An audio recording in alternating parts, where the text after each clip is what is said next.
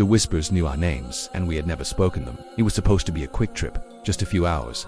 A group of us, 4 friends who'd known each other since college, decided to head into Kakamega Forest at dusk. We were all amateur sound recordists, obsessed with capturing rare wildlife sounds. The forest, famous for its ancient trees and unique ecosystem, was the perfect spot to get recordings of nocturnal birds and insects.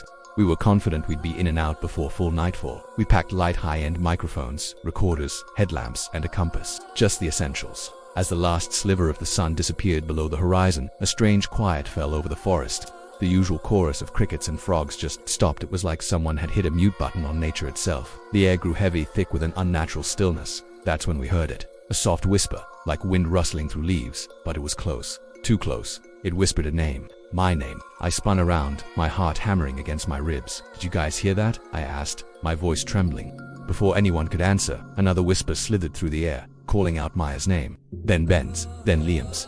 Each whisper was distinct, personal, and chillingly clear. We had never spoken our names out loud since entering the forest. Panic set in. Ben pulled out his compass, but the needle was spinning wildly, completely useless. We tried to retrace our steps, but the familiar path we'd taken had vanished, replaced by an impenetrable wall of tangled vines and ancient gnarled trees.